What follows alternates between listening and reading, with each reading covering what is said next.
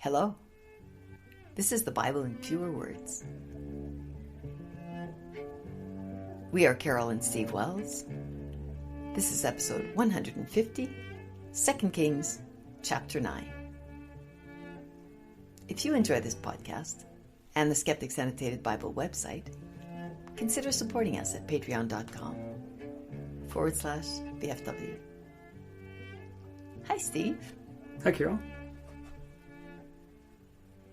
I am reminded when I say the Skeptics Annotated Bible website that we have the text of what we're reading and notes and pictures. And there's links to Wikipedia articles for all of the characters that are involved.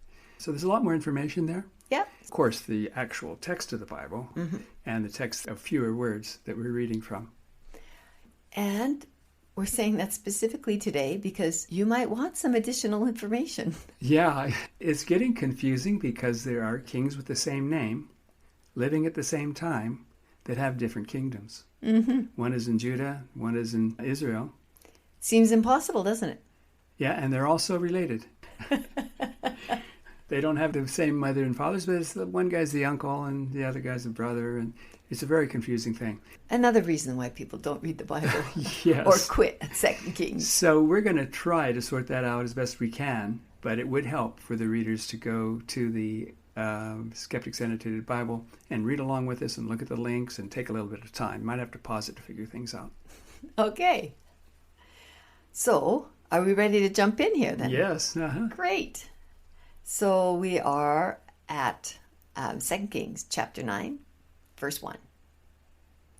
Elisha called a child of a prophet and said to him... Okay, can I stop you there? Yeah. So he said, hey, child of a prophet, come here, would you? I think so. Okay. Yeah, that's the way the Bible puts it. He called one of the children of the prophets. In 1 Kings and in 2 Kings, they're always talking about the children of the prophets, sons of the prophets. I don't know what that's about. So they have families, and the children of the prophets are special people as well as the prophet. I imagine it as being literally what it says. And it's likely they have daughters as well, but nobody cares about girls. Although this one does say one of the children of the prophets. So could be. But yeah, I don't think so. All right, so I'm going to move on now. Yeah. So Elisha called his child of a prophet and said to him, gird up your loins. Do girls have loins? I'm not sure. Gird up your loins and take this box of oil to Jehu. Jehu. Do we know Jehu yet? We've been talking about him. There was a Jehu, the prophet Jehu, but that's not this guy.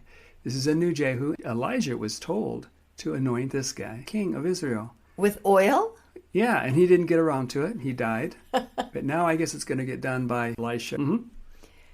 Carry him to an empty room, pour the oil on his head, and say, I have anointed you king over Israel.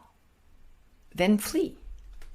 Well, I'm a little confused here. This little son of a prophet, not Elisha, is going to do this anointing thing. Yeah. I'm imagining a little 11-year-old kid. Okay. I don't think so, actually. The way I imagine it is the son of a prophet is a grown man. Oh, prophets are old men, and this guy's just a grown man. I'm not sure that prophet or son of a prophet is any indication of the age of the person we're talking about. Okay. It seems like it's more a title. Like there are prophets and there are sons of prophets. You know, there are bishops and there are archbishops. But I have no idea. We're going to move on now. So the child of a prophet poured oil on Jehu's head while saying, this is what God says. I have anointed you king over Israel. You must smite Ahab's descendants to avenge Jezebel's murder of the prophets. Kill all of them that piss against a wall. I'll do to Ahab's descendants what I did to those of Jeroboam and Baasha. Dogs will eat Jezebel. There won't be anything left of her body to bury. Well, that's a nice little story, isn't it? Yeah. So we knew this was coming, and now it's here. God had said, I'm going to kill all of the descendants of Ahab.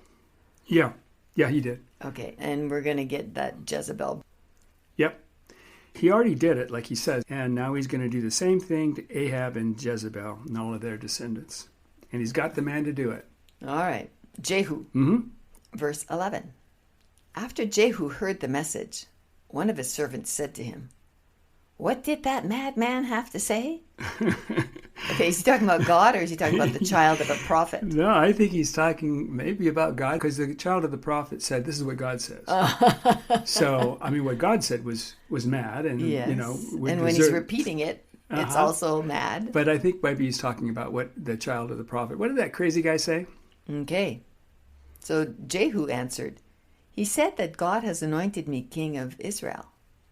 Then they took off all their garments, put them on the stairs, blew trumpets, and said, "Jehu is king." Okay, so who's all there? Everybody around saying, Yeah. "Jehu is king, Yeah, Jehu it sounded is like king." a private ceremony to me. To start with, take them to a room and do this, Yeah, right? an empty room. And then we've got all these guys there, apparently, Yeah. that were maybe tagging along, that maybe weren't supposed to be there. And who was king before Jehu was king? Ahaziah, Is he who still was a alive? son now. He's ready to be dead?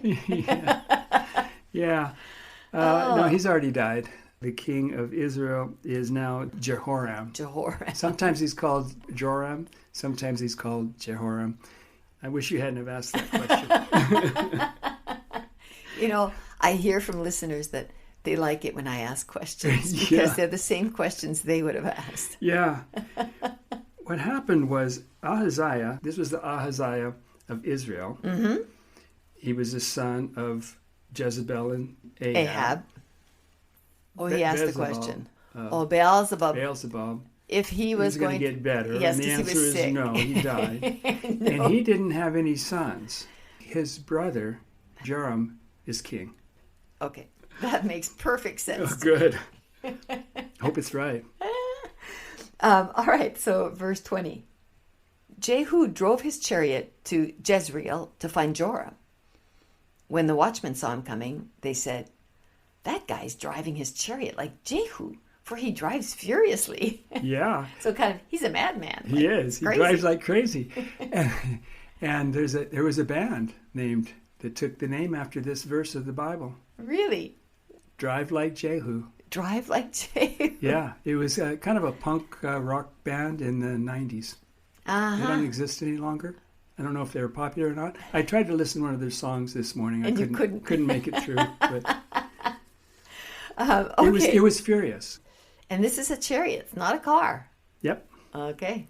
So verse 21, Joram and Ahaziah rode their chariots out to meet Jehu.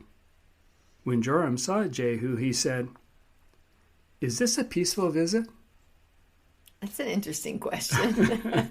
Should I put my armor on before I get off my chariot or out of my car? I guess he doesn't know Jehu very well. No. Jehu answered, "Your mother's a whore and a witch. How could I be here in peace?" The Ahaziah here is a different Ahaziah than the previous Ahaziah who died. This is the king Ahaziah of Judah. Okay. Anyway, he's hanging out here with Joram, and he's going to get in trouble. So Joram said to Ahaziah, "Jehu is up to no good." Okay, so we were just introduced to Jehu just recently. We don't really know much about him except that he was just anointed king. Yeah.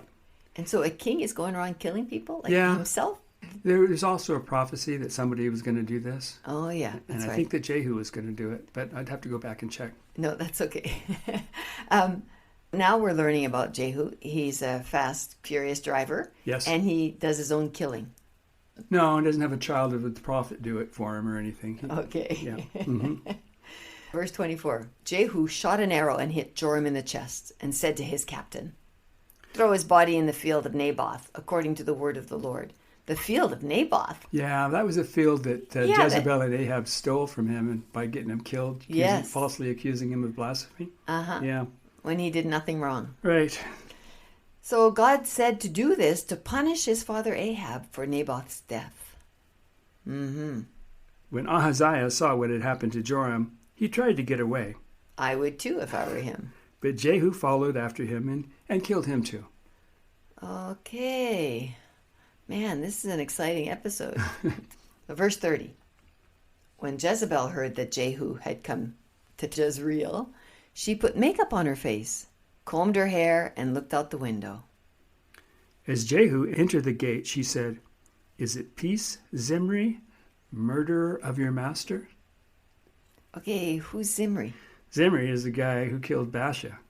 Oh, He was doing God's bidding. Yeah, because he said he was going to kill everybody that pissed against the wall in Baasha's family. So Zimri did that. So she's referring to that, right? So are you going to kill me like Zimri did Baasha? Uh-huh. Referring to Zimri's murder of King Baasha and his family.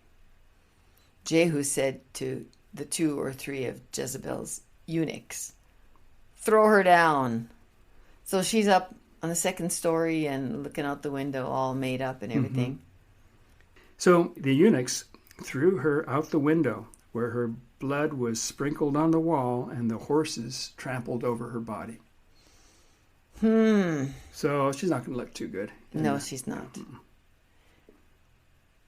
There was nothing left from Jezebel's body to bury, except for her skull, feet, palms of her hands. When Jehu heard about it, he said, "This is all according to God's plan, as he told Elijah. Dogs will eat the flesh of Jezebel, and her body will be like dung. No one will be able to recognize her." Well, he's wrong about the dogs eating her flesh, because there's no more flesh there. That's because the dog ate it, Oh. I think. Okay. Not because she was trampled by horses. Yeah, I think the main point here is that it's a pretty gruesome murder scene. Yeah. I guess she was a horrible, awful woman because she, number one, worshipped Baal. Yeah, I think that was the main thing. Convinced her husband also to worship Baal. I think so, yeah. She threatened. Elijah used to always complain. She's going to kill me. She's going to kill me. Yeah, he was afraid and claimed that she was killing prophets. There's really nothing in the text that actually says that she did, but that was the thing that she was accused of. But yeah, mostly she was a worshiper of Baal, and that's enough. Uh-huh. But she also stole that field from Naboth. She did? Well, yeah, She was not a harlot and a whore and... Oh, we don't know that either. We don't know. She might have been. We just don't know. What you just have gone over is all that is known about Jezebel. Yeah. So if somebody calls a woman Jezebel, it's because she's a whore. Well, yeah, but I don't know where we get that from. Well, we get it from Jehu. He called her a whore. That's the only thing we have to go on.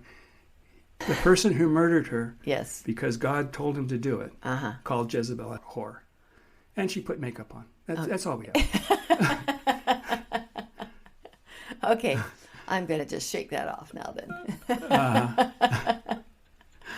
All right. Well, there's a lot that went on here. Oh, yeah. And this is just the start. Oh, my gosh. How long do we have to deal with Jehu? Well, we've got all of next episode anyway. Okay. But yeah, it's a long mission from God. All right. Well, thanks for sharing this with us. And listeners, we appreciate your attendance at these classes. We're going to start episode 156 next and look back on all you've listened to and what you now know about the Bible that you didn't know before. Yeah, of course, we're only going to do 151 next. Oh, what did I say? 156. Oh. We will be doing 156. 151's next. All right. Well, it's time for me to sign off. Bye-bye. Bye.